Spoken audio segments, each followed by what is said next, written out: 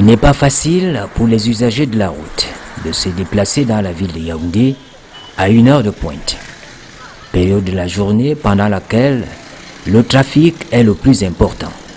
De nombreux voyageurs dans les gares routières étaient des lignes de taxi, un grand nombre de véhicules sur la route. Le problème se pose également pour le trafic de transit. Pour les automobilistes par exemple qui viennent de Douala ou de Kiossi et qui empruntent les corridors régionaux, Douala-N'Djamena ou Douala-Bangui, il faut s'armer de beaucoup de patience pour sortir de la ville. Densification des échanges commerciaux en prend un sérieux coup. Face à cette question de mobilité urbaine, qui fatalement a un impact sur l'intégration régionale et sur le développement durable, le gouvernement, ses partenaires techniques et financiers, ont entrepris, sur la base du plan directeur routier adopté depuis 2006, de construire une voie de contournement, d'ailleurs conforme à la stratégie de développement de la ville de Yaoundé, ainsi qu'au plan directeur d'urbanisme de la capitale camerounaise. Au ministère de l'Habitat et du Développement urbain, il ne fait l'ombre d'aucun doute. Il faut décongestionner le centre-ville, réduire la pollution en soulageant les voies déjà encombrées et soutenir les développements urbains futurs. Voilà un enjeu qui ne doit échapper à personne si l'on est profondément attaché à la modernité urbaine.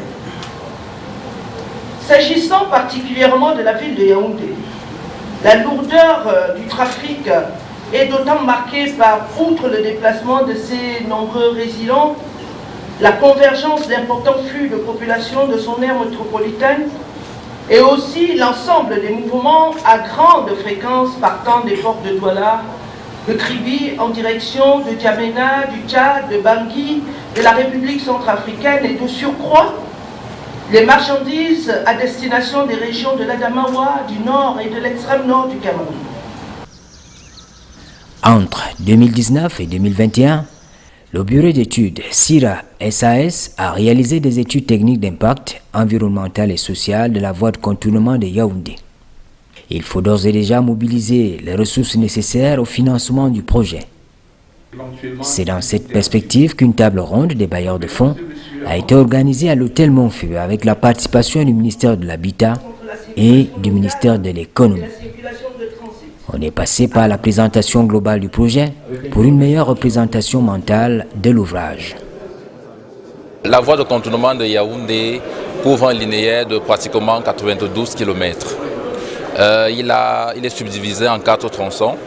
Nous avons le tronçon T1, T2, T3 et T4.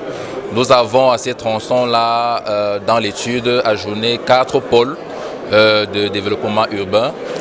Parmi ces pôles-là, nous pourrons développer déjà les logements sociaux, nous avons les aires de tourisme, nous avons tous les centres attractifs. Donc, nous avons beaucoup de fonctionnalités dans ces différents pôles-là qui pourront encadrer donc cette voie de contournement là également qui va permettre de renforcer déjà les échanges au niveau sous-régional. La voie de contournement et ces pôles vont donc passer dans les villes comme nous le connaissons déjà. Nous avons Okola, nous avons Soa, nous avons Elumdem.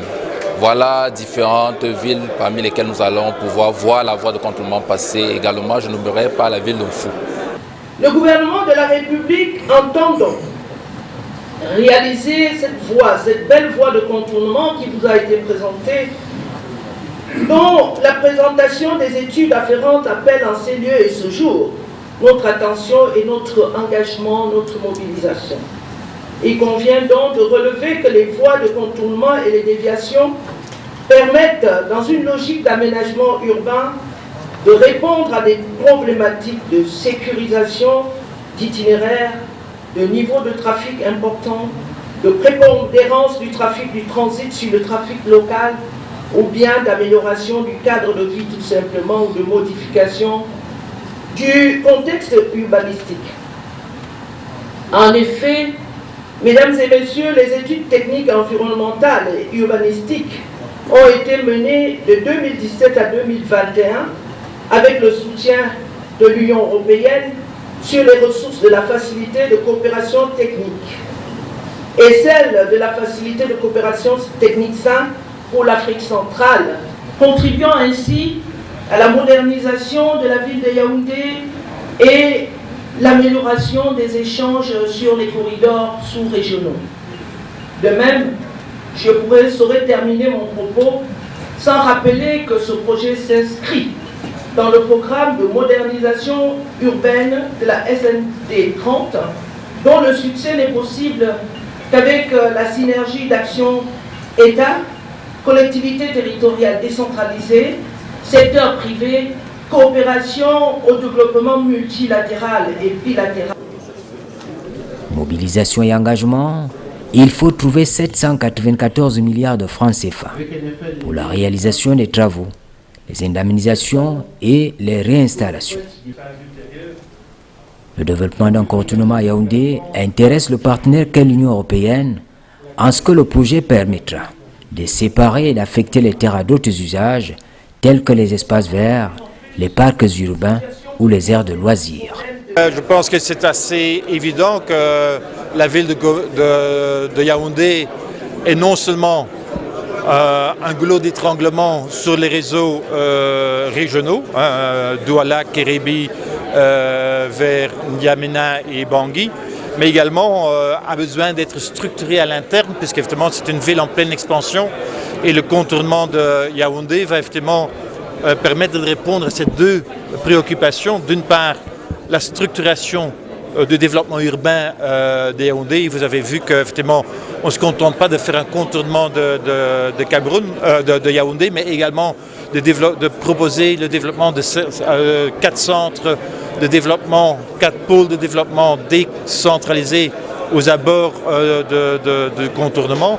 Mais ça va, comme disait Madame la Ministre également, désengorger la ville de tout le trafic passant. Donc ça va permettre effectivement de faciliter la restructuration urbaine de la ville. Et comme vous savez, nous avons d'autres projets complémentaires qui sont focalisés sur la ville même, qui vont renforcer ces dynamiques-là. Et en parallèle, bien sûr, le contournement va effectivement fluidifier le trafic régional, notamment vers les pays enclavés du Tchad et de la République centrafricaine.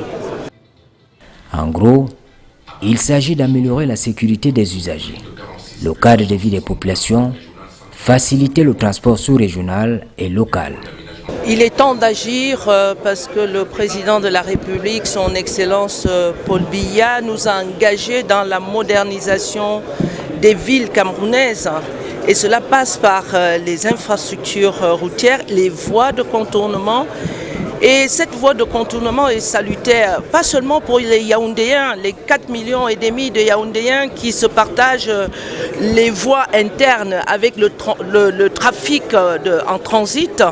Il est temps de réagir pour que la sous-région également profite sur le plan économique de ce désengorgement de la capitale.